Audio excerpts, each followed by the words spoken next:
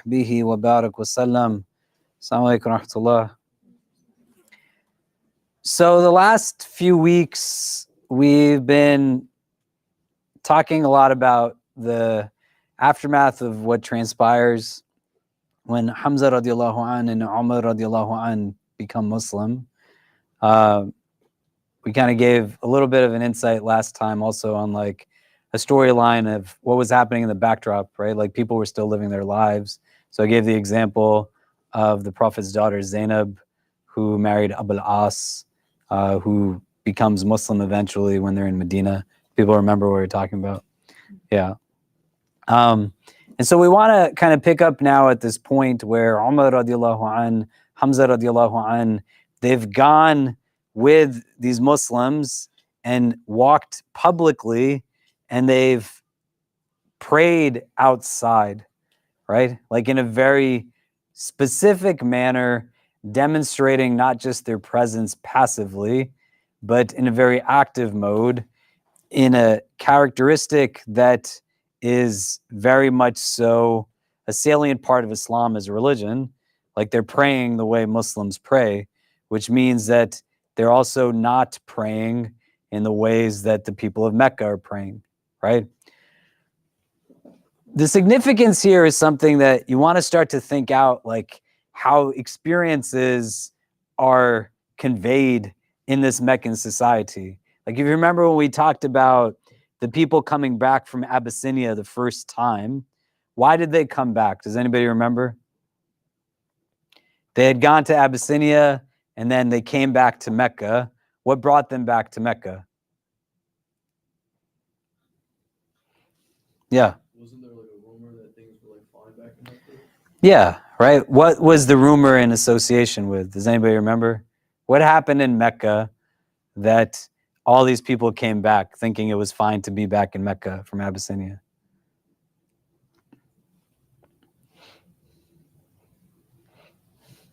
Why would a bunch of Muslims who were persecuted think it was okay to come back? Like, what would make it okay for them to be back? Was it like the Meccans accepted Islam? Yeah, they thought everyone had accepted Islam, right? They read some verses of the Quran, Surah An-Najm, everybody prostrated. But how did the people in Abyssinia know this? Like, how did it get conveyed to them? What do you think? Travelers.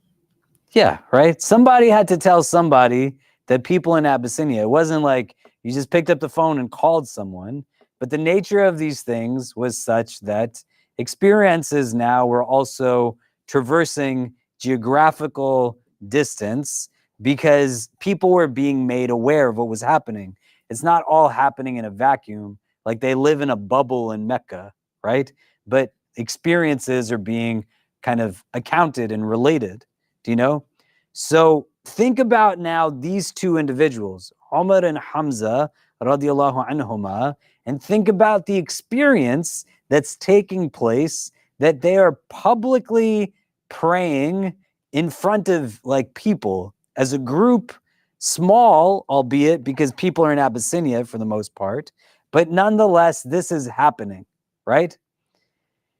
And also, you have now in Abyssinia a group of people who the Najashi is an amazing ruler and he's taking care of his people. So it's not that consequently they made their statements in his kingdom and they came with nothing and he was like, you're on your own. Something had to happen that enabled them to be in Abyssinia till the 7th year after Hijrah, right? So they're being provided for and taken care of by the Najashi, his kingdom, getting situated. But people then know that there's this group of Muslims that are in Abyssinia. It's not that it's just randomness. Like think about your own neighborhoods, right? And how do people respond to the influx of different individuals? If you are in Minnesota, you're in Chicago, you're in upstate New York, you're in parts of Massachusetts that are refugee resettlement cities. All of a sudden, there's all these Kosovars that showed up. All of a sudden, there's all these Afghans that showed up. There's all these Iraqis that showed up. There's all these Somalis that showed up. all these Palestinians, all these Syrians, right? May Allah make it easy for all refugees. But they came and they're there. And now there's resettlement, there's opportunity for people to get on their feet in some capacity. But you don't wake up the next day and say everything is exactly the same. Like all of a sudden, it's very different. Do you know? A friend of mine is from Springfield, Massachusetts. And when they had an influx of Kosovars, these are white Muslims with blonde hair and blue eyes. And many of the people who were in that city were also people that were coming from a West African background. And so he was sitting with a friend of his who is a tall black man from African heritage. And then this young white Muslim kid is with them. And when the person walks in who's coming from an African background, this kid's eyes got really big. And my friend was like, please don't say anything crazy like right now. And before he could say something, the black Muslim guy said to the white Muslim kid, I've never seen a Muslim that looks like you before. And the white Muslim kid said, I've never seen a Muslim that looks like you before, right? You don't have that experience and then go home and say, hey, all these like white Muslim Kosovars just showed up and it's not like a conversation piece. Do you get what I mean? So they're like, why are they talking about all the Meccans suddenly prostrating, right? It's not gossip or hearsay, but that's like a thing that doesn't happen all the time. Do you see what I mean? So Umar and Hamza take people out to pray publicly as a big deal. Hamza becomes Muslim. He's a celebrity in their town. He's known for like good things. People are aware that he embraced Islam. Umar ibn al-Khattab embraced Islam. And now all these people are still within their spaces, right? And you want to think, because egocentricity manifests in a lot of different ways. Like we're sitting here right now, right? All of us are here in this space. Everything that we are privy to in terms of information, in terms of community, in terms of priorities, that's not what everybody's into. You go down the street, they're having a conversation in a temple, in a synagogue, in a church. There's people in that direction, sitting in classrooms, libraries, whatever else. They don't live in this sphere. So what do you think is happening at this same time now that in this Christian kingdom in Abyssinia, there is these conversations around Muslims being residents in their kingdom, because Christianity exists everywhere, right? It's 600 years between the Prophet Jesus, peace be upon him, and the prophethood of Muhammad, peace be upon him. So 600 years of movement of Christianity, they're all over the place. And the Najashi is a Christian king. So don't you think that they know what's happening in Christendom, in the particulars of this Christian king in Abyssinia, right? And there's also Christians in Arabia. Everybody's not polytheistic. Remember? We said that there were different religions represented in the Hijaz, in the Meccan Peninsula. So they're hearing different things now, including that Umar and Hamza became Muslim, and Muslims are praying in public. This is happening up into the 5th year of Revelation. What happens at this juncture is that now from northern Arabia, a group of Christian Arabs come into Mecca. And as they come and they're met by the Meccans, they are like a couple of dozen, 20 or so that are coming. And they're like well-known like people of their own community, right? Because other communities also exist, right? The world is still happening at this time. Do you know? And they know what's happening in this Christian kingdom in Abyssinia because they're Christian too. So the same way, like Muslims are acutely aware, ideally, of what's happening to people in other places in the world, right? Like Why do you know what's happening to Rohingyas or Uyghurs or Ghazans and Syrians and Turks and whoever else in Bangladesh? May Allah make things easy for all of them, because you're tapped into like a global network that gives you information. Whether you want it or not is a different question, but they're likely aware of what's happening in Christianity around the world. And so there's Muslims there, and now they're in Arabia, and there's Muslims here. And these Muslims, they're doing these things that they weren't doing before. So these 20 or so people go as a delegation of Christians in this 5th year of prophethood into Mecca. And as they are there in the city of Mecca, and they're welcomed now by like the chieftains of the Meccans and the mushrikeen, and they're being invited and getting their rights as guests, hospitality, they also engage the Prophet Muhammad, peace be upon him. And they speak to him and they talk to him and they try to understand who he is and what he's about. And in the conversations that they have, they're speaking to him directly. And at the end of that conversation, as things are fine and they're good with who he is, he then invites them to become Muslim. And as he speaks to them and shares Islam with them and gives them insight onto Islam as a religion, these 20 Christian Arabs, they then accept Islam. They say that in our own texts, in our own books, we are told about the coming of a prophet and this kind of stuff, right? It's in their own kind of heritage and scripture. The 20 or so that take it are also taking it back to their community. Along the way, as they're returning, Abu Jahl catches wind of this and he gets upset with them because he doesn't want people to become Muslim, right? He has his own insights as to why this is a challenge for him. But at this juncture now, it's very different from the first couple of years of public propagation versus what it is that's happening at this place, because you have, like what we said, right? Like Abyssinia, they stay there till the 7th year of Hijrah for different reasons, but also they don't know if Medina is going to succeed.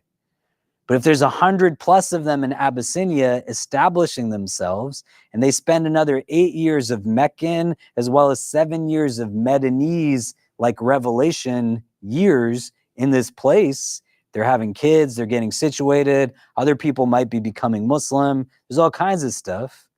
But in Abu Jahl's head, there's Muslims in another place, there's well-known powerful people converting to Islam.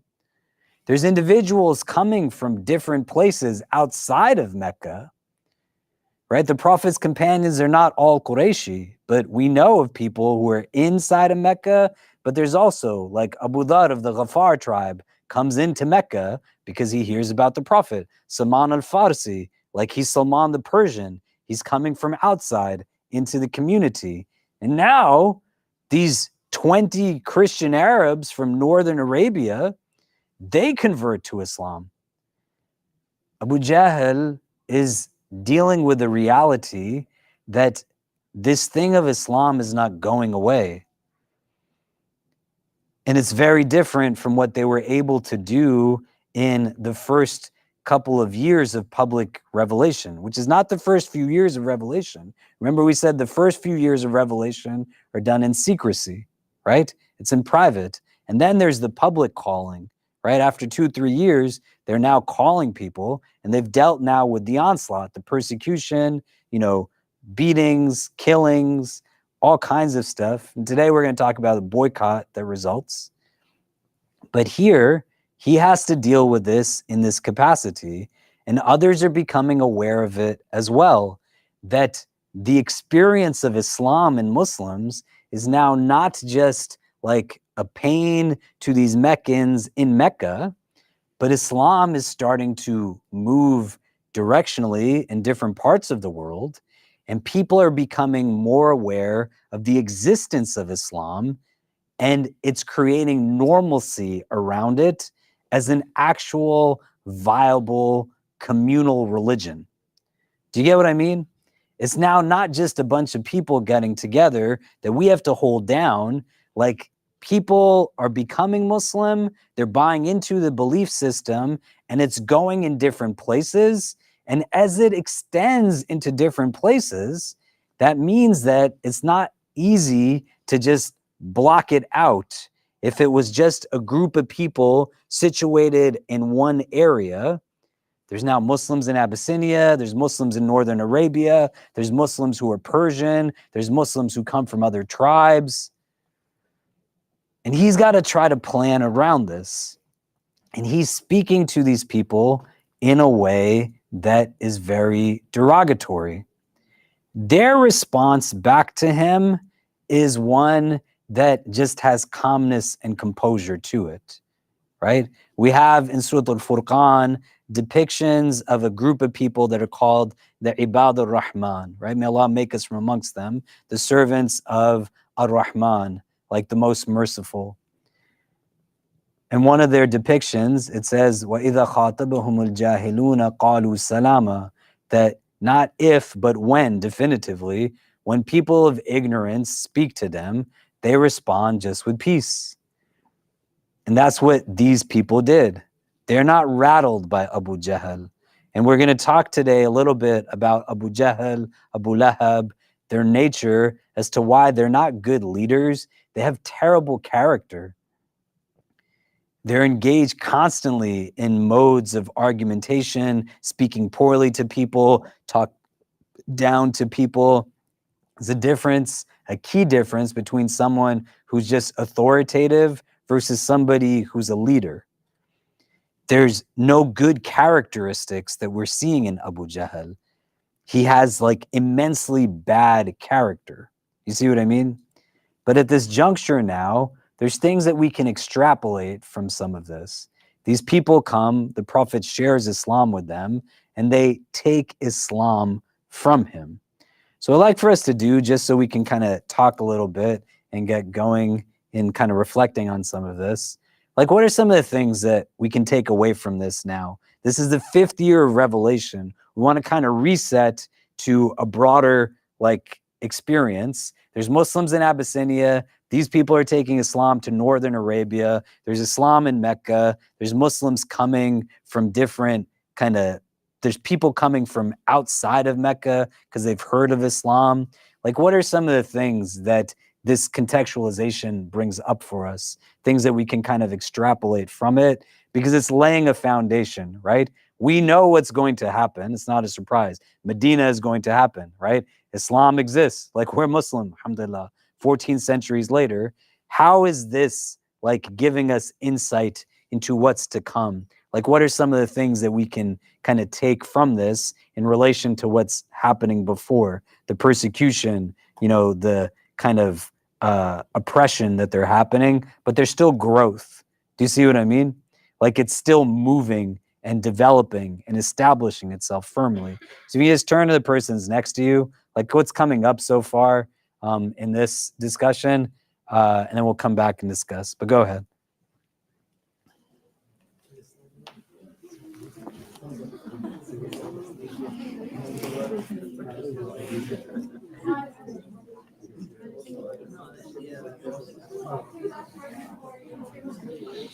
Guys, can you move in this way so that when people come to pray, they're not praying near the door, they have a lot of room? So if you guys can just move your chairs up and in this way, that'd be really great. Yeah, even more. So we're not blocking that pathway. Yeah. Yeah, that'd be great. Thanks, man. Can you come sit closer too? You can sit near each other. It doesn't have to be like a, but just so people know that they have room to come in.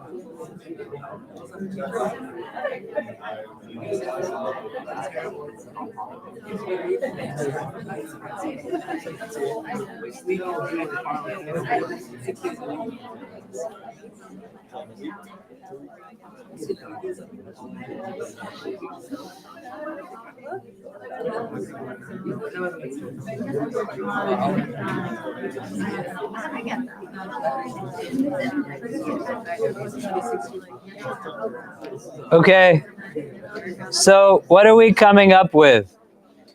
What's like coming up for us so far through this?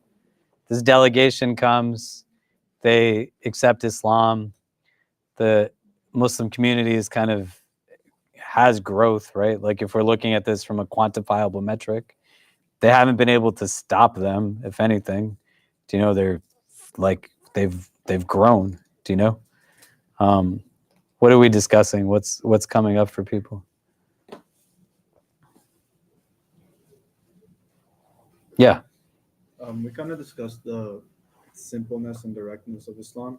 How so many people can, within a few conversations, understand the meaning and what it's saying, and they convert. You know, but it also shows even the slightest amount of arrogance, what it can do to the message and like your perceptions of things, because it took Omar, like he had a lot of arrogance in him, but as soon as he was humbled and he realized his mistakes, he was able to see the message of Islam and convert. So it also just shows like the effect of arrogance as well. Yeah. Other thoughts? Yeah. I think we were wondering, is this the same Christian delegation that is kind of the catalyst for bringing sort of the Ikhlas down, where the story is right, the Christian delegation meets the Prophet peace be upon him, and then Well, the verse that we're going to look at, and people can pull it up, that they say comes down in relation to this. There's a chapter, it's called Surah Al-Qasas.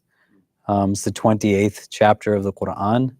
And if you pull up like its 52nd, 53rd, 54th verse, we'll read those. And this might be a good time to look at those. But it talks about people.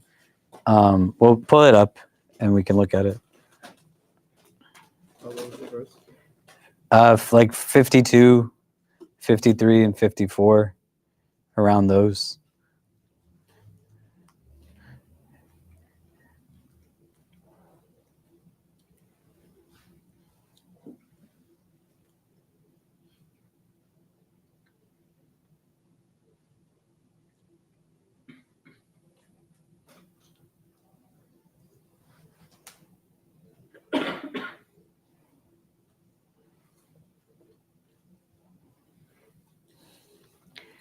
Does anybody have it?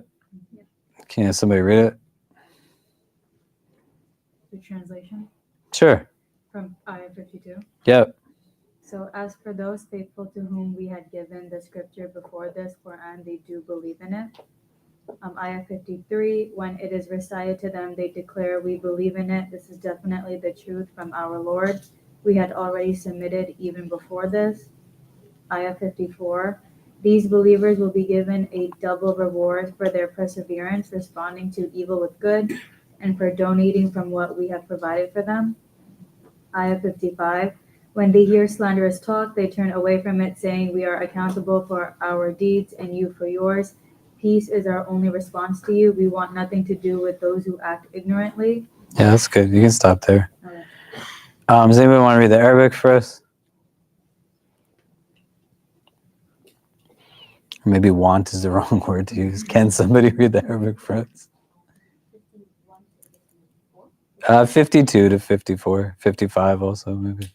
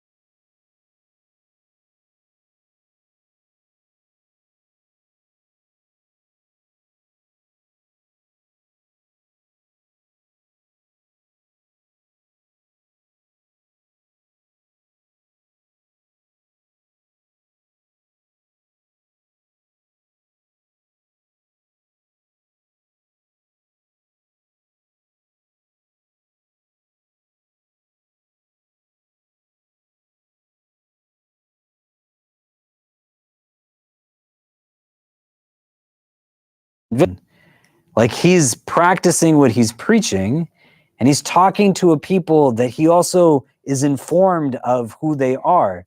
Because the Najashi, when he hears from Ja'far ibn Abi Talib, what he hears, his heart moves. He knows that it's truth.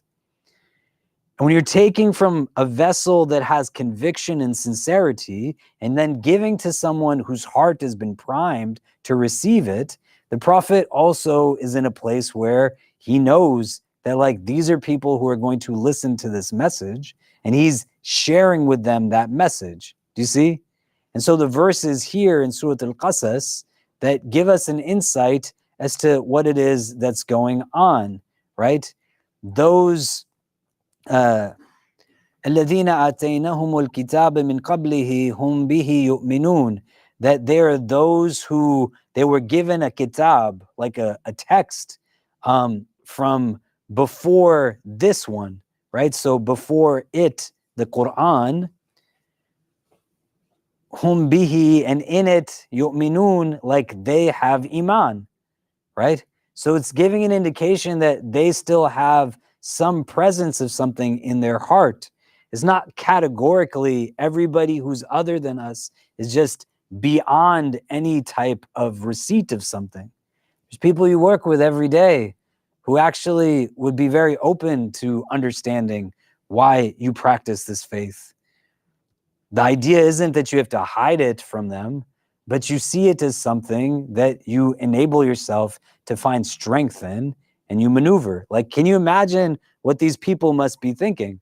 Like, have you ever met somebody who's in a terrible relationship with someone and they tell you about this, right? Your friend comes and is like, man, my dad does not treat me well.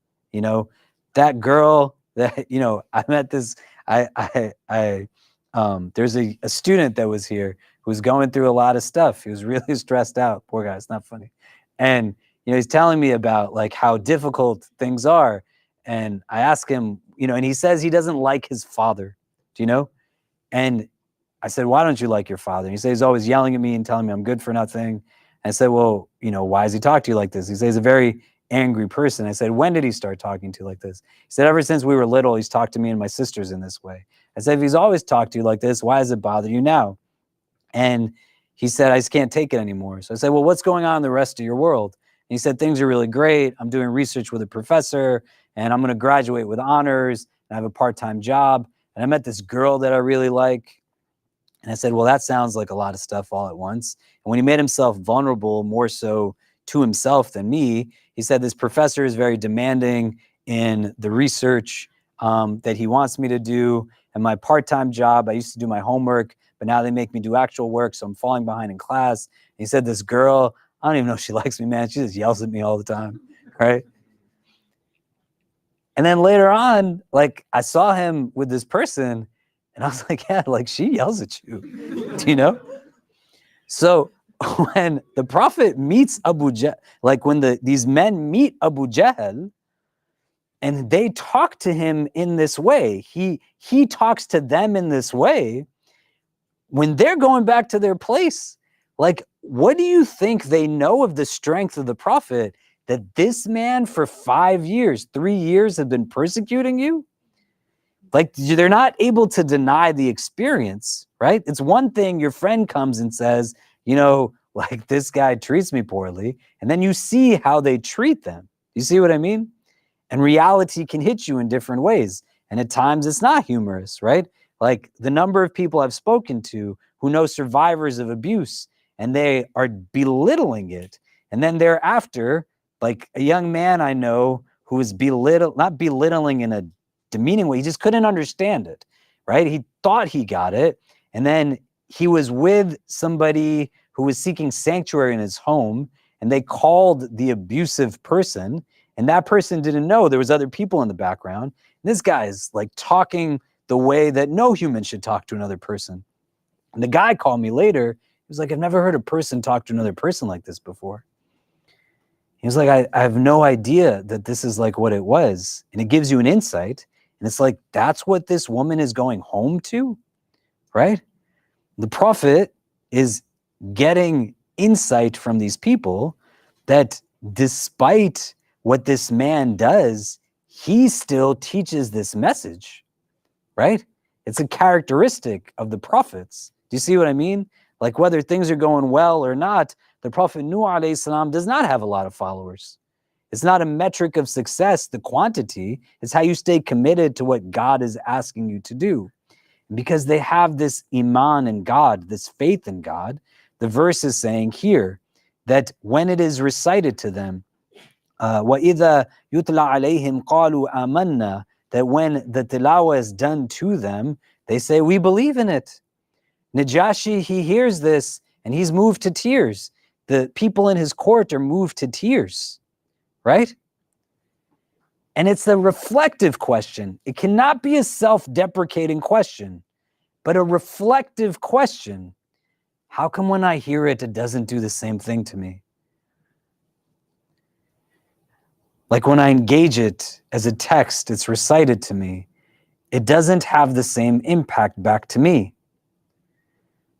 The verses are telling you that a part of it is that the iman is in this thing. The iman is in God. And they say that we were already from the Muslimin, like those who do Islam, submitting to God more than anything else. And these two variables become critical, that they can then maintain themselves in the face of Abu Jahl and then just say salam to him in passing. He's not like riling them up. They know what they believe in. Does this make sense? And the reflective point back to me that says, well, what is it that I've been presented with in terms of faith? My unlearning might become necessary in order to learn, so that I have actual belief in this at different times aside, like consistently, always. That iman is something that is rooted not in my parents said this, my grandmother said this, so-and-so said this. Like I have faith in what the divine is telling me. And I'm not in a place where I'm just kind of picking and choosing out of convenience, but where I struggle, and I still try to do my best. They were able to just hear it, have a conversation, spend some time with him for some moments. And then as he leaves from them or they leave from him, he just says, can I share some stuff with you? And then they hear it and they're like, we're down with this. Like, this is what we believe. Do you see what I mean? Does that make sense? Abu Jahl can't handle this. Like, he's seeing in front of him, his efforts are not in a place where they are able to have like the impact that he wants. He wants Islam gone, eradicated, and it's just getting stronger in front of him.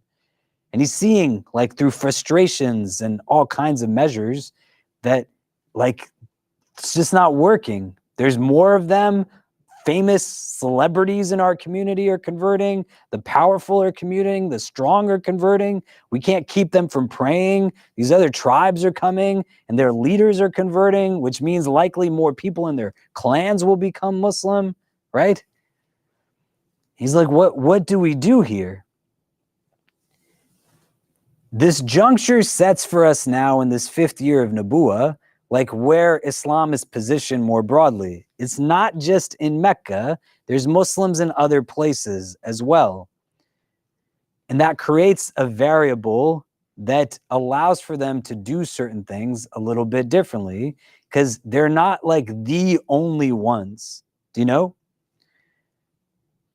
Before we move forward from there, because this is setting now the grounds for what will become like a boycott that takes place against the Prophet's tribes for 3 years. They're going to be deprived of a lot of different stuff because the Meccans don't know tactically what else to do. Abu Jahl doesn't know what else to do. But I'd like to take a minute and just think like what we can do to answer this question. Struggling with faith is something that might be tough. But Umar radiallahu anh, he read Surah Taha and he said, this is what we're fighting against. Do you know?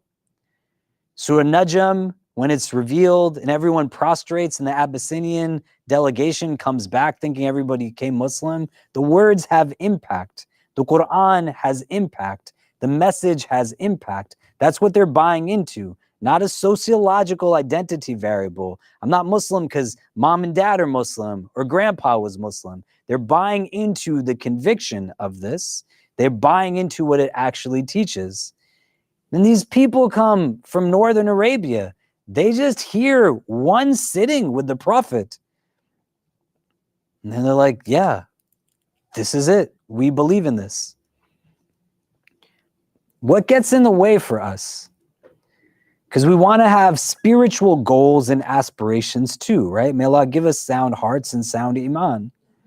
So it's not just about learning postures and pronunciations and poses and prayers, but to get to a place that says, like, how do I get myself to be ready inwardly to just embrace it for what it says and to take it for what it says and then to try to act upon it as best as I'm able to act upon it?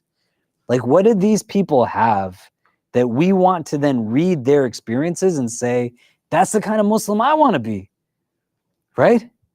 I want to get to a place where, like, I'm able to hear it, and through it, just hearing it, I'm able to say, yeah. And it's not about like language barriers, do you know what I mean? Which can contribute to it as we reflect on it. But Iman is like in a different state, you know, and you don't want to just think about the outward alone, but how the outward impacts what's inward. Does that make sense? So we can turn to the persons next to us. What are some of the things that we can think out, like make it a little bit more difficult for us or get in the way for us, right? Do I understand the purpose of religion to begin with?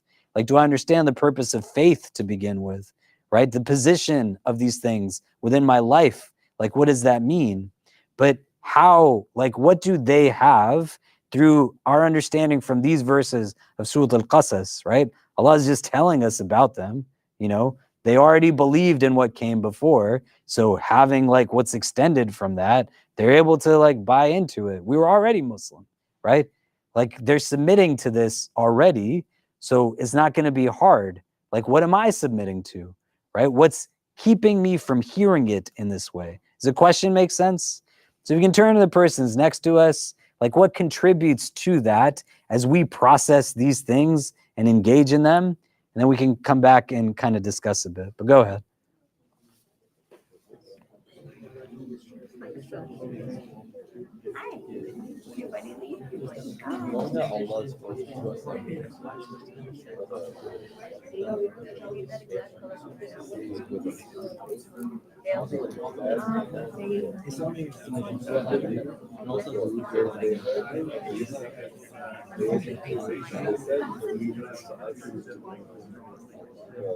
Okay. So just put it all thinking like knowing that Allah is everything that you're doing. I think that's just you should use that as a guide.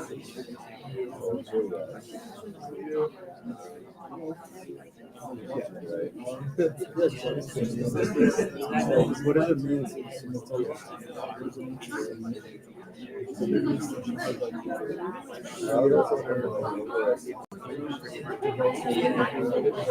That includes every single aspect of like you're like facing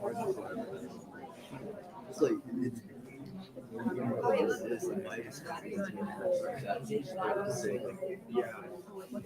Sometimes like some of these tests are just like to show are you grateful for all of them? Yeah, okay, that's nice. Having good health, like accept what's happening to you. It's like as like show some sort of like oh this is easy test for you. Like Allah could like test me harder. yeah, it's like a part of solution. it's trust. And also, like, if I remember your law, you make laws that tell you to pass. You know that you have the word that helps, word that provides. It's reassuring. It's like That itself is an act of work. Allah wants to go back to him asking for help, and he will provide. yeah, exactly. Yeah, engaging with zikr is a form of strengthening our relationship. That is peace. Forms of zikr, there's different forms of zikr. Like establishing Islam through your character is a form of zikr because you act a certain way in remembrance of Allah. I wanna have these characteristics. I wanna be patient and be kind to others because it will help me become perfect. So that in itself is a form of zikr. So remembering Allah through your actions. Yeah. Right? So it's not, it doesn't necessarily have to be through, like, yes, there's prayer, yes, there's dua. But there's also, like, your actions are Everything you do, being it for the sake of Allah, say, let me earn this money so I can like better myself, better my family, and also help others. Just having that mentality, Allah makes it pretty easy. yeah. Like, to follow His instructions. Do your actions with zikr.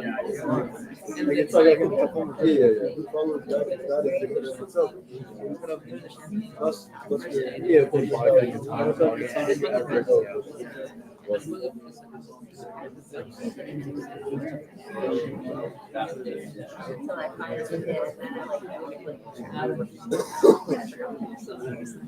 Oh, okay.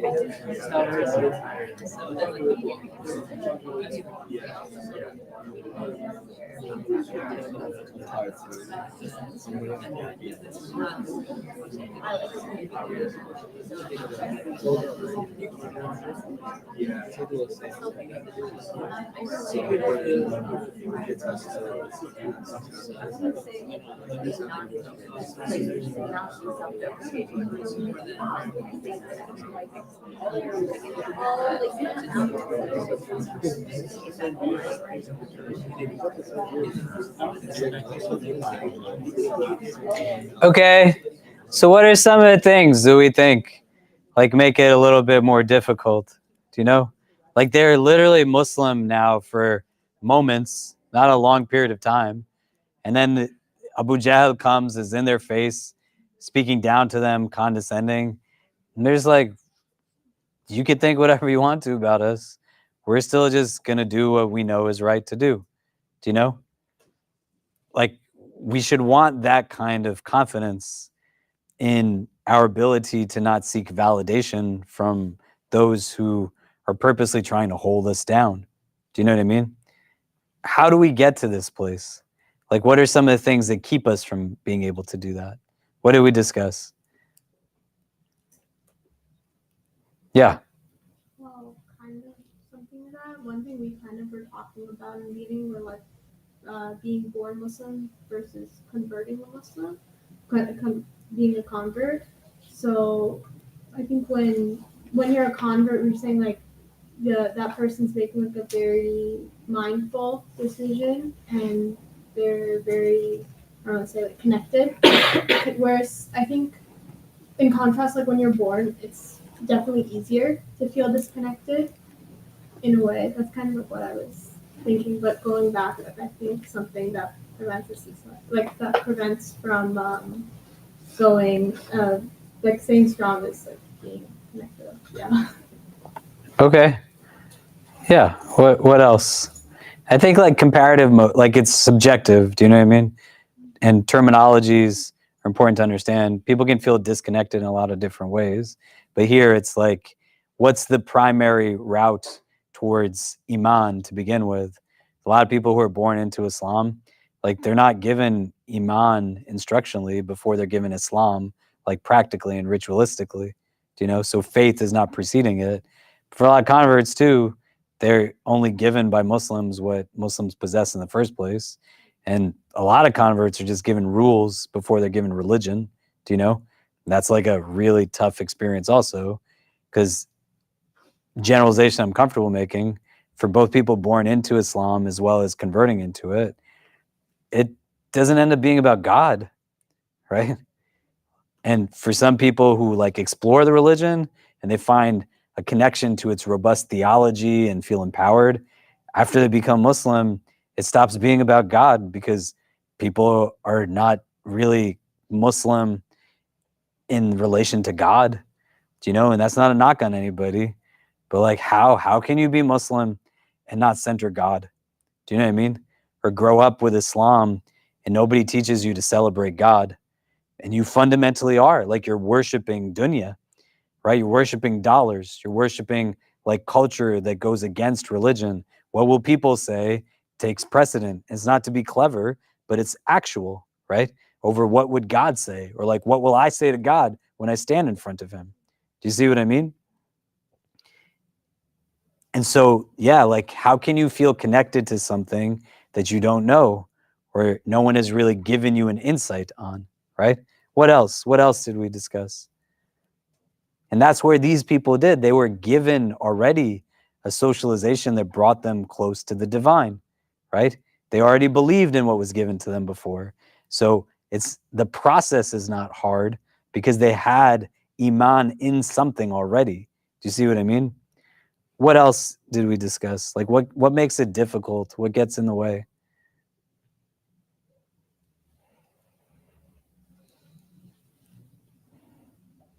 Yeah. Yeah, we were talking about like the reluctance to fully submit to Allah. It gets in the way. Like, what does it mean to fully submit in like all aspects of your life? And it kind of goes back to the connection thing too, because it's like, what are we letting us control our like actions? Part of like we know that there's different forms of zikr, but a way of zikr is also your actions and like you want to act like this for the sake of Allah. So if it doesn't translate to like how you treat other people, how you even think, how you process things, like how you process emotions, how you process experiences, these are all forms of zikr in a way because it resorts everything back to Allah. So it's like, yeah, it's just like that connection, that fully submitting to Allah, being okay with this plan, being okay with whatever He has planned for you. It needs to translate in all aspects because then the relationship isn't as it's not as strong as you make it to be. Yeah, it makes a lot of sense, right? But where do I compartmentalize, right? Like, I'm a father.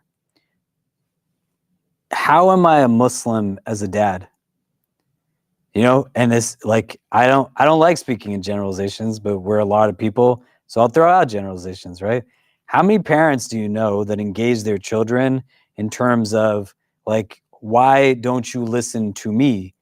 Right? The relationship is one about like, I'm your elder, I'm the adult, I fathered you, like you are supposed to do whatever I say. Does a Muslim parent think that way? One that thinks about how God's creation serves them, or is a Muslim in service of the divine through service of the divine's creation? Right? Like you don't stop being Muslim in certain relationships. So what does it mean to be Muslim in my marriage, Muslim in my parenting, Muslim in my leadership, Muslim in my businesses, right? And the Prophet is showing you like he's a kind, courteous person. His conduct with this delegation of Christians is he's not saying, you took my time, now give me 5 minutes so I could tell you something. But he asked them, are you okay if I share something with you? He's the last messenger of God, right? And he's of like noble lineage in Mecca. There's all these other things. And you can juxtapose and enhance beauty by putting it juxtaposed to darkness.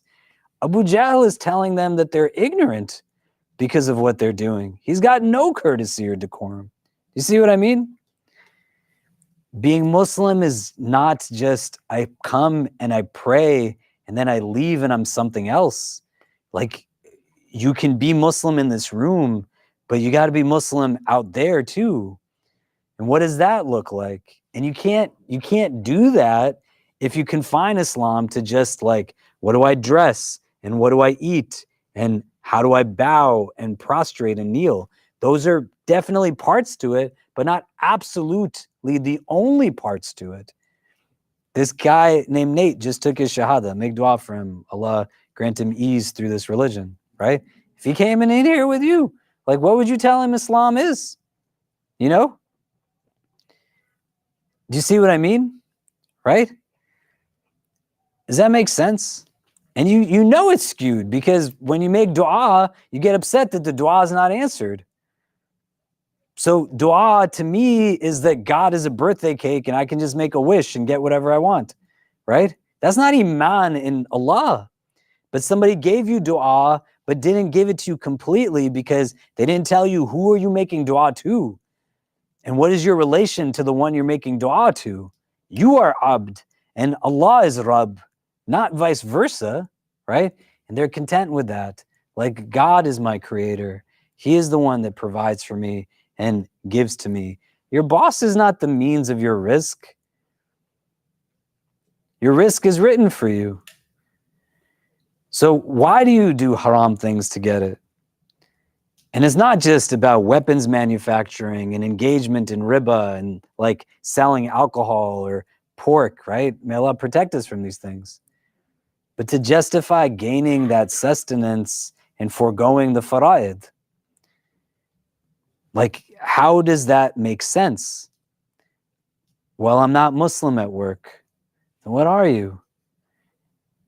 Like, why are you stopping in that moment? I'm not Muslim with my kid when he annoys me. That's why it's okay for me to verbally abuse or physically abuse my child. No, the Prophet's wife describes him. لَمْ يَضْرِبْ رَسُولُ اللَّهِ إِمْرَأَةً وَلَا غُلَامًا وَلَا وَلَدًا قَطْ. The Messenger of God never struck a woman or a servant or a child ever. You're not a good Muslim if you hit your kids. You're not a good Muslim if you abuse your spouse. Do you see what I mean? How are you Muslim with your wealth and your generosity, right? Submission to God, like doing what's pleasing to God. Is God going to be pleased that we built a $1 million dome on a masjid that is one of 5 masjids in a neighborhood because everybody just fought and built their own? Or would God be pleased with us taking that $1 million and building a domestic violence shelter, building a reentry program for people who are formerly incarcerated, creating a recovery center for people who struggle with substance abuse, right? How are you Muslim? Like, what does it mean to be Muslim? And these people, they were already primed for it. Do you know? And if what my overt engagement has been about dunya and like the absence of everything that is about the alam, like the world of like knowing, Rabbul Alameen. We don't call him out as the Rabb of the dunya, right? Or like the akhirah, you see? And so in that moment, the Prophet is still being Muslim. And a big part of being Muslim is good conduct, good etiquette, good behavior. Don't be a jerk, just be nice, right? Be kind. It will be much harder for people to push you away in those ways. When I started working here, I was 22 years old, right? I was always the youngest person and quite often the only Muslim in many gatherings. I don't shake hands with the opposite gender or like have physical contact with the opposite gender, people who are not my mahram. And there was a woman who sought to shake my hand. I did not shake her hand. And she told me like my way of life is backwards. I was like, okay, right? And she felt empowered to say that, right? Fine. And she's like twice my age. A year later, she sat with me and she said, I've never met people who are more respectful than you all are. Do you understand? But she got to a place where overcoming whatever she was exposed to wasn't just like, man, you guys like bow really well, but you're living the actual value of faith outside of that bowing.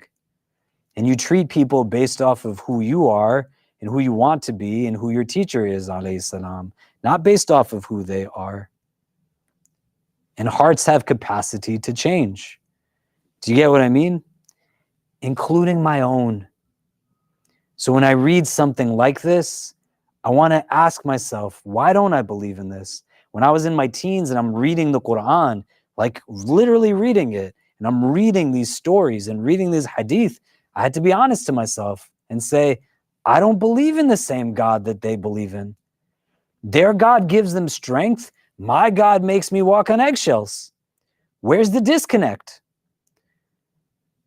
And when you believe in the God that makes you walk on eggshells, it's a lot easier to sleep through Fajr. It's a lot easier to not extend salams to people. It's a lot easier to tell somebody, we'll be happy when you take your shahada, but you can never marry my child. We come from a different race. We come from a different culture. This is just how we are. No, man. Why would you want to be like that? What are you going to tell God on that day? May Allah grant us ease. But sometimes you got to sit and think like, hey, what do they have? How do I have that also? The other thing you want to juxtapose here is that these Muslims are in year 5 of revelation. So all they're getting in Quran is Allah and Akhirah, Tawheed and the afterlife. They were given prayer, which you should not undermine, but there wasn't other laws and rules. Can you imagine what it would be like in the midst of this? That they're also having to pay zakat, and also having to fast Ramadan, and also having to figure out inheritance law, and also figure out all of these like practices and rituals at a level that it's mandated. There were certain things that they were doing that they had to do, but it was very minimal. And a lot of it was just now getting to them, the conviction instilled, and in a place that contextually, they don't even have the safety of being, it took them 5 years to be able to pray in public, right? But they didn't do what they did so that we would give up on what it is that makes us Muslim. Do you see what I mean?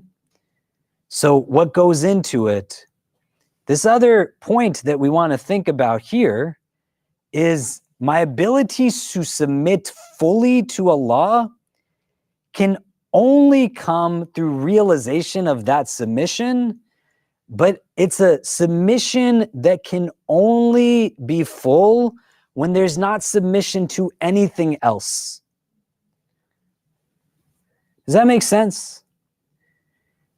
Like, I can eat dinner with you and dinner with you separately, and that's fine. We can be friends, all of us, right? We can love each other, all of us. You can't submit to God fully and also be in submission to something else. Those two things can't coexist. Does that make sense? So you are not submitting to Allah if you are submitting to Allah's creation. You can struggle, it can be hard, right? There can be challenges. Allah make it easy for us. But if I'm submitting to a dollar, if I'm submitting to wealth, if I'm submitting to societal standards of beauty rooted in supremacy, built to make me hate myself, hate my skin, hate my way of being, and then you don't ask it in defense of like the Sharia police that makes themselves feel better by making you feel worse, but you ask it in this mode of submission. Why do I eat what I eat? Why do I dress the way that I dress? Why do I interact with the people that I interact with? Why do I not interact with the people that I don't interact with? What's dictating for me my decisions?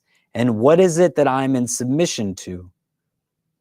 You can slip and make mistakes. That's part of all of this, right? You get up and you try again. Allah tells you before anything else that He is Rahman and Rahim. But here, I have to be in a place where I can acknowledge that I potentially am having difficulty in fully embracing Iman in Allah, His book, His messenger, because I'm actually putting my Iman in something else.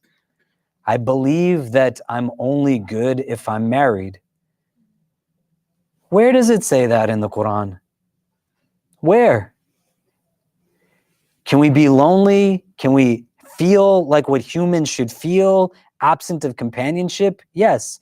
But are we good or bad based off of this thing? No. I believe I'm only good if I have like lighter skin. This is a belief that people have, not on their own. It's instilled within us through people who know how to create core belief structures within us.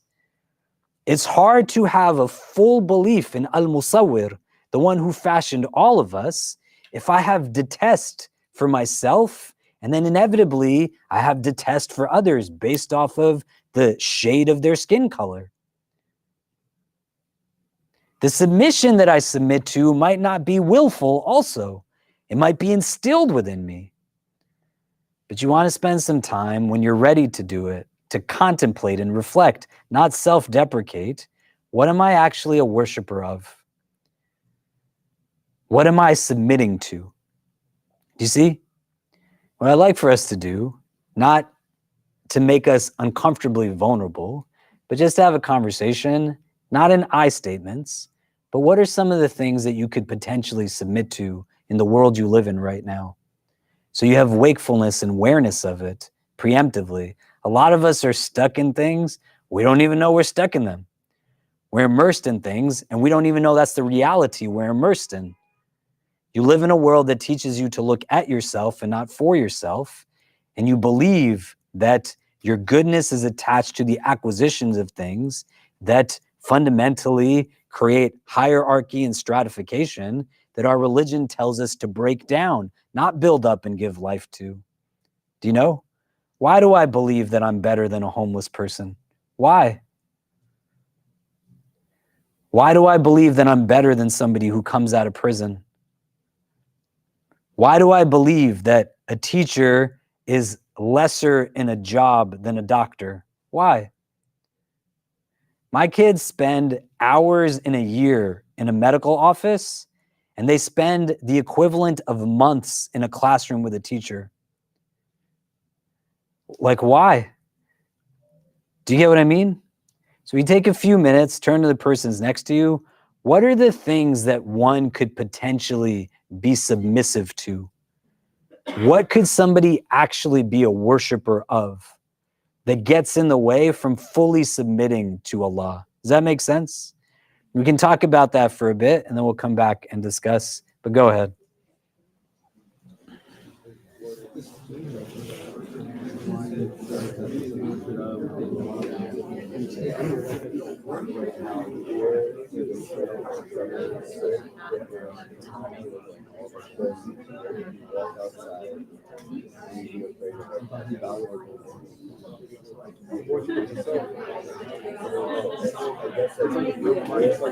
When is it?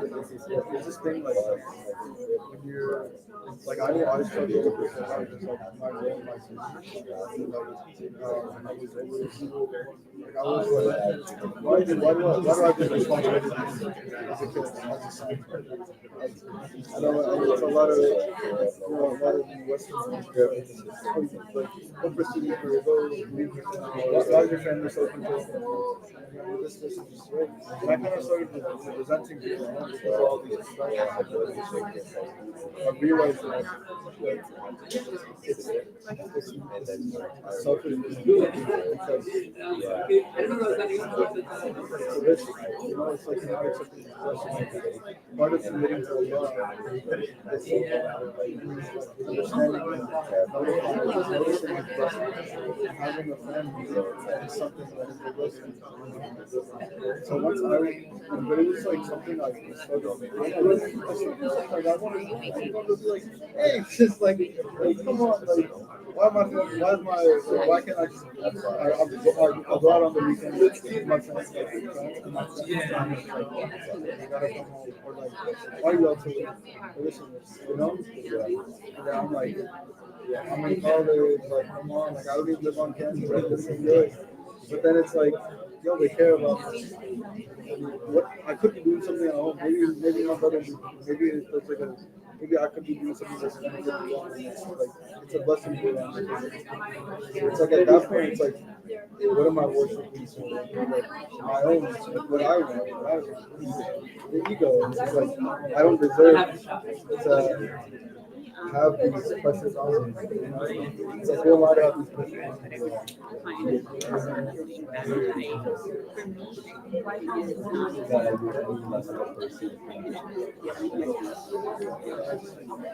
Social media,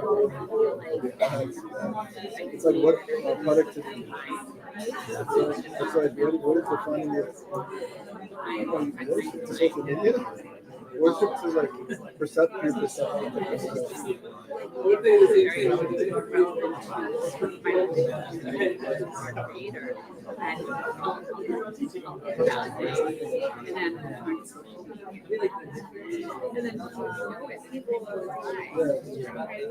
People would be like, oh, if I do this, because this is being seen as productive, yeah,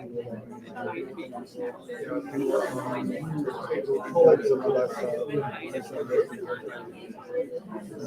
more of that. Yeah, people who are not doing that. There are opportunities. You know, we can do some is that kind of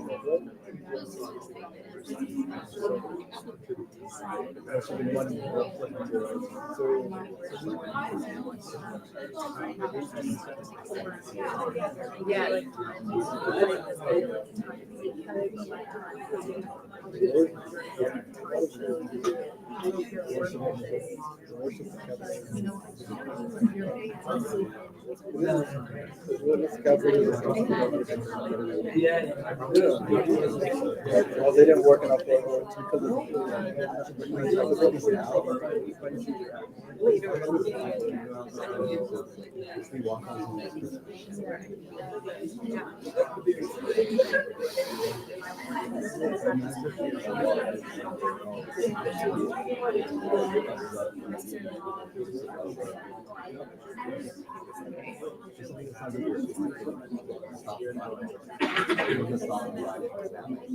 yeah, like who are you to who are you to be the judge of someone else's like and it's a blessing when you have the opportunity to it's a blessing.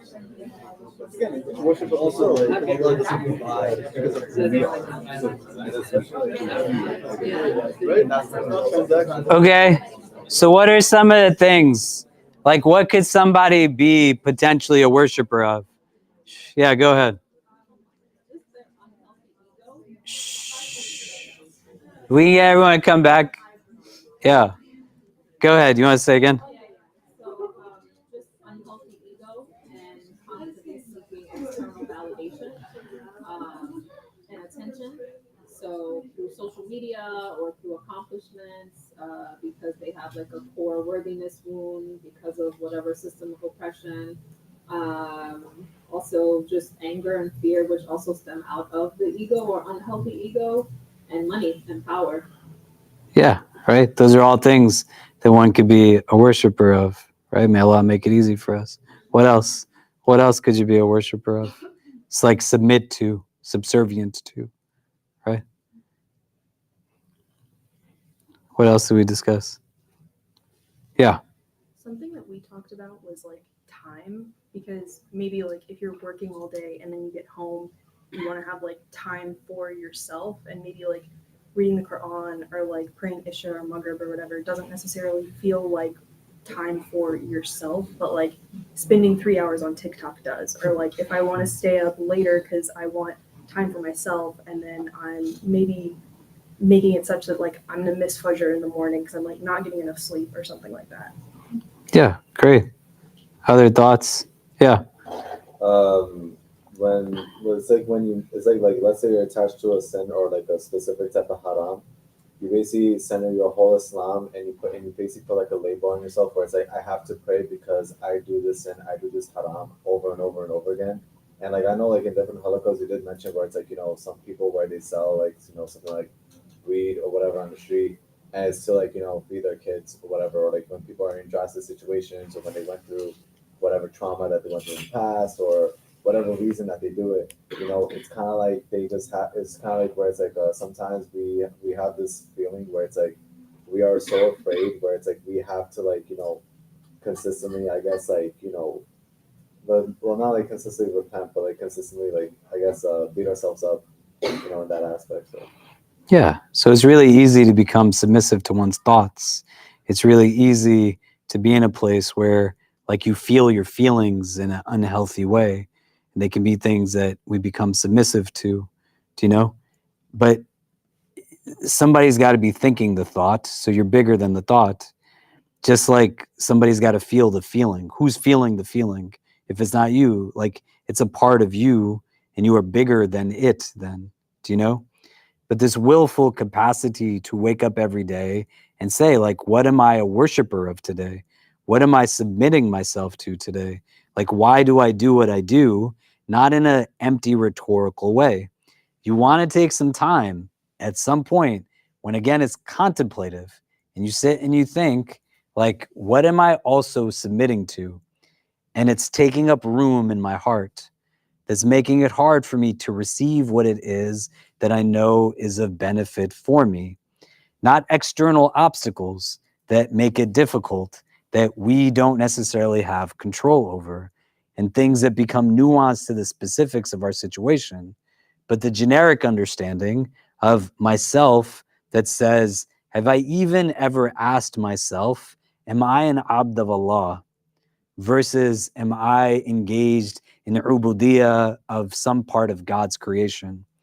Am I in a place where the systems that were built to hold me down, I'm actually a part of them doing exactly what they were built to do, right? A colonization of my psyche that has happened now generationally because people are just giving me what they possess in the first place. So I'm told this is what goodness is, and this is where Islam stops. Like lighten up on those parts of being Muslim. Do you know? No, man. Like be a person of integrity. Be a person of honor. Be a person of dignity and courage and valiancy. Do you know? Don't debase yourself. Who are you a worshiper of when you were being racist, when you were being sexist, when you were objectifying women? Like who are you a worshiper of at that time? What are you submitting to? And be honest with yourself, right? What is it that I'm in subservience of when I'm in a place where the adhan is being called? Like, why don't I get up? And it might be, I might not understand. It's a struggle. Like there's other stuff, but some of it fundamentally is something else is dictating my decisions. I'm giving into a different philosophy on life. I'm buying into something else that is antithetical to what Islam is teaching me. Why am I doing that? Well, I got to first be comfortable enough to say, I want to get to this place. And the two go hand in hand, right? I have to ask myself, is the God I believe in actually the God of Islam? And if it's not, is it just like some weird rendition of an elder person in my life that had an anger issue and took it out on me? And I've now created for myself an unconsciously formulated understanding of God that is just a replication of those who made me feel as if I have no basis of having a relationship with the divine. Does that make sense? Or on the other end of the extreme, I met people who told me, you could be Muslim and just do whatever you feel like doing. Do you know? That's also not submission to God. Do you know what I mean? Right? Like, no pork in Islam. Do you know? Like, that's just what it is. If you struggle with it, struggle, like, Allah make it easy, right? But if somebody gave you an Islam that said, it's not that big a deal, like, here, I have ham in my pocket, just eat it. Do you know? No, like you don't eat pork. Like that's not struggle, that's indifference. Do you see what I mean? So getting to a place where we also understand like this religion identifies itself already as a middle way. It's hard though when we are understanding on a spectrum of what's normalcy societally to us that then has us understand that it's extreme to just do what is moderate, right? So like, why are you going to visit people in the hospital? Like, who does that? You're like super generous. No, man. Like, you're talking about honoring basic rights of your people that you share humanity with, like fundamental entry points to things. Do you see what I'm saying? That they might seem as if it's on steroids because of what the norm is today, but we're not existing in a place where we decontextualize. But this is what the middle way is. Wow, like you're so honest, right? Well, that's like the baseline. You're not supposed to lie. Do you know? Right? I can never be a Muslim like you keep your promises. Like that's like, what do you mean? Do you know what I'm saying? Right? What a good Muslim you are. Do you know? Like, no, man. Like, yeah, be the best version of you, but starting from this place. Who is the God that I know God to be? So then I know actually why I want to choose to be a worshiper of that God in comparison to also like what are the things I could potentially be a worshiper of? And why am I worshiping those things? Does that make sense? And when you get to a place where your reflection on who Allah is becomes the determining prism through how you make sense of the world feels so different than when you take your life experiences to be a basis of determining who God is. It's two entirely different realities. And there's some of us in this room who have never thought about who God is to me. And even if we have, then the second question we haven't asked ourselves, what else am I worshiping right now? What else am I submitting to? And a full submission to the divine can't be a partial submission to the divine. So how can you submit to something else and submit to Allah? Does that make sense? So from here now, the realities in the people of Mecca, Abu Jahl just doesn't know what else to do. He's already been persecuting and oppressing in ways that are terrible and atrocious, right? They're literally killing people at this point, driving them out of their homes. So going into now the 7th year of prophethood, you have the latter part of the 5th, the 6th, this thing happens with this Christian delegation, and they're trying to figure out what to do. Abu Jahl is a strong figure in this Meccan society.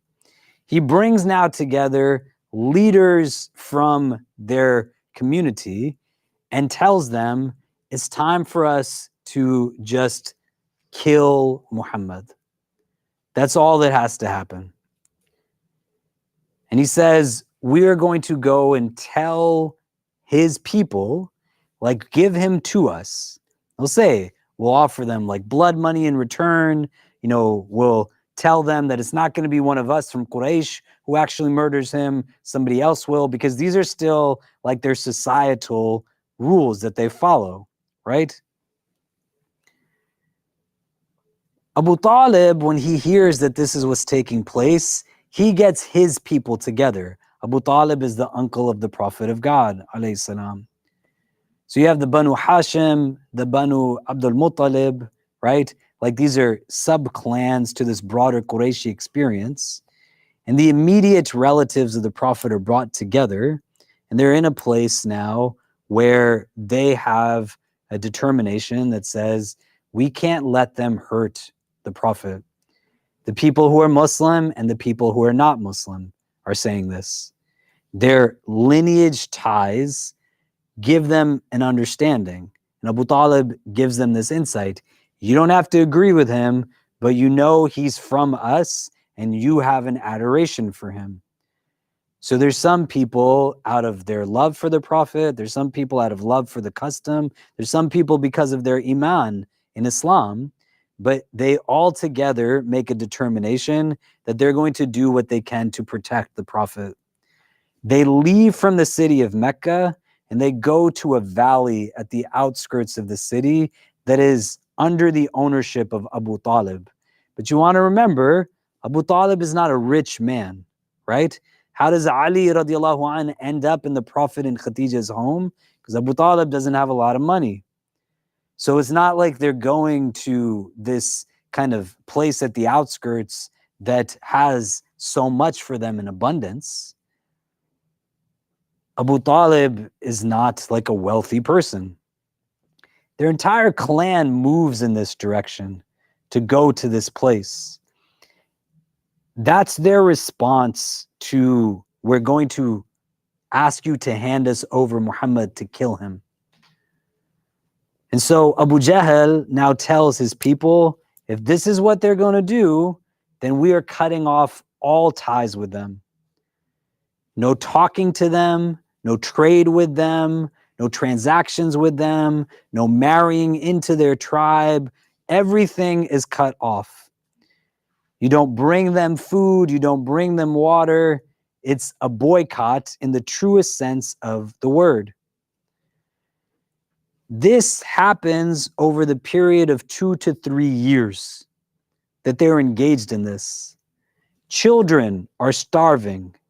They're in a place where they use whatever provision they have.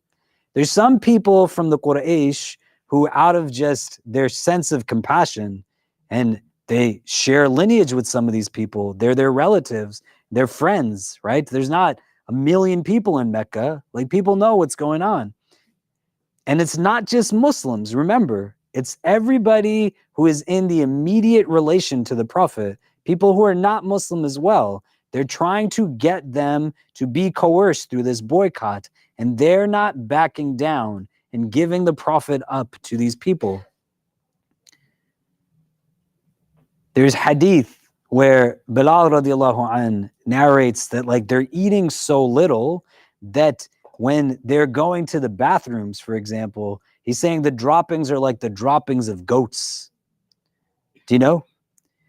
On occasion, people come and they bring provision. They'll send like a camel into the valley so that they have like the camel mounted with stuff, provisions and supplies. And then they also are able to use the camel for like milk and meat and whatever else. Do you know what I mean? But 2 to 3 years is a long time, right? And they're experiencing this. Abu Jahl would do what he could, because as people are coming through from other places on their trade routes, the people in this valley now are trying to buy from them and purchase from them. And Abu Jahl, when he was made aware of this, he would tell those people, like, we will pay you twice as much. Like, don't do anything with these people. They are trying every which way to create this harm. Abu Talib has such a deep love for his nephew. He doesn't have to be doing any of this. And he's not even Muslim. But he's in this place where he still is taking care of his nephew. And these people want to assassinate the Prophet of God. I don't know if any of you have ever been in a place where you know your life is at risk, right? May Allah protect us from this. It's like a real thing. Do you know what I mean? I was on the ground in a part of the world that I won't mention right now, just in case I ever go back there. And what I was doing there was not necessarily welcomed by everybody. Some people were happy with it. Other people did not want to hear that how they were engaging society was something that was problematic. And I walked out of my hotel to go pray. And as I'm walking down the street, I'm alone. At other points in time, I had security. I had people with me. I just left to go pray. And as I'm going, in my head, I said to myself, somebody could come and stab me right now. And I had never had that thought before, because, like, who thinks like that? Do you know what I mean? Coming out of this part of the world, do you know? If somebody asked me today, when you were in your 20s, did you think you'd be doing what you do right? No. Like, I didn't think any of that. And now I'm in a place where, like, yeah, there's consequences to my rhetoric. There's things I have to deal with, but I have to deal with this. I tell my children every single day that I love them before they go to bed. And when they leave from the home, or I leave first, I tell my wife, right? I'm not afraid somebody's going to take me away, take my kids away from me, but I have to deal with the reality that people might take me away from my kids. I've had FBI in my house. I have difficulties. When I've said, why are you doing this? After repetitive instances, they say, you're too good to be true. Know that we're watching you. This is a reality that we have to deal with. The Prophet knows that these people publicly are discussing his assassination, and he still is inviting people to Islam. He's not stopping in any which way. It comes not just from buying into responsibility. You need a belief in the akhirah to be able to traverse this world as an actual mu'min, right? May Allah make us from the strongest of the believers. Abu Talib knows also that these people want to kill his nephew, and he loves his nephew so much that he's doing whatever he can to protect his nephew. And people love the Prophet. As-Sadiq al-Amin, Radina, right? The truthful one is here. Remember when he places the stone back in its place in the Kaaba? People really like the Prophet of God. This is why he's shocked when Waraqah tells him, when he gets his first revelation, people are going to push you out, right? He's not being arrogant. Like, people genuinely like him. Do you know what I mean? This is what they're experiencing now as a consequence of their commitment to Islam. And it's a regular part to their behavior. Fatima, Sayyid ibn Zayd, Umar comes and is hostile with them. Do whatever you want, man.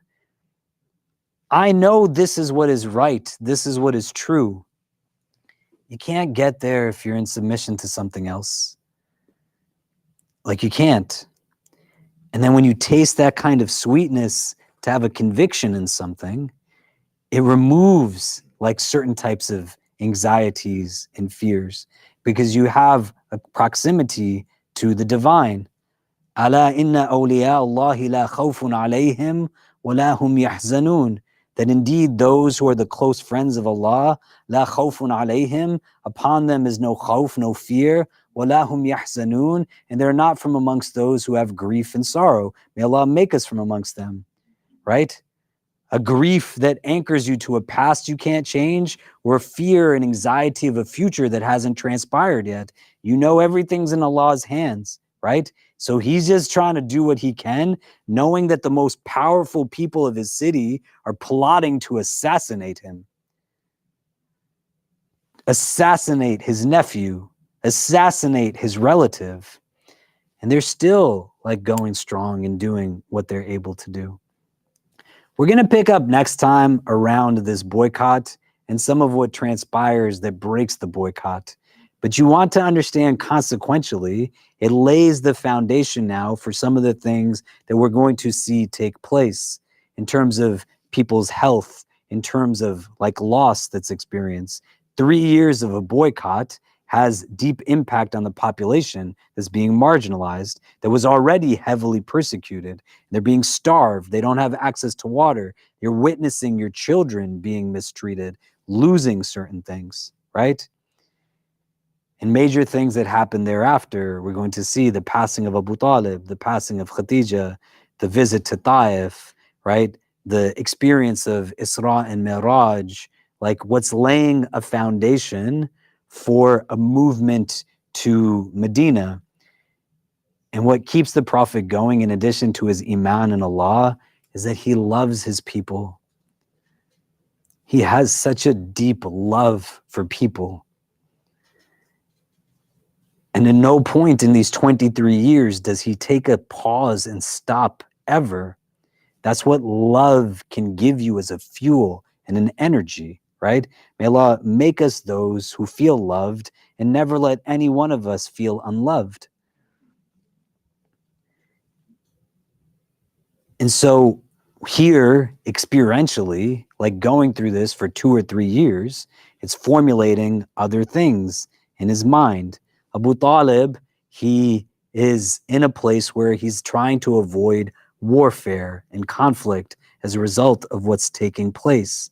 But he also knows and recognizes that there's people in Mecca who are good people, and they're going to see, like tangibly, the consequences of the behaviors of the chieftains like Abu Jahl, the mushrikeen, against these people, and how deep their hate is creating now, like things that no person can be proud of, right? And we see some of these things happening in the world around us right now. People who were never aware of the realities of oppression that our sisters and brothers in Palestine face. May Allah grant them ease and end the occupation that's taking place there. Make us a generation that witnesses a free Palestine.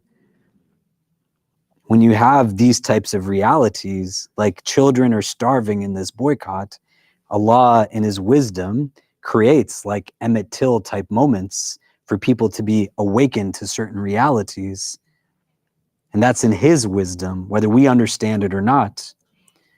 But you see replicated patterns of behavior take place historically. And just like these people were in this place, there's no way you can doubt the iman of our contemporary sisters and brothers in places like Gaza, who are showing us what it means to actually be a believer in the truest sense of the word, right? May Allah give us iman like that. Do you see what I mean? And it's 14 centuries later, they're still living in this dunya, but they've bought into what this religion is actually based upon. Does this make sense? Okay, so let's take a pause here. We're going to call the adhan for Maghrib in just a minute. I'm not going to be here next week. I don't know if we'll have someone else like here doing something or not, but we'll put that out on the email list. So just take a look at that so that you can see if there'll be some kind of gathering here at that time or not.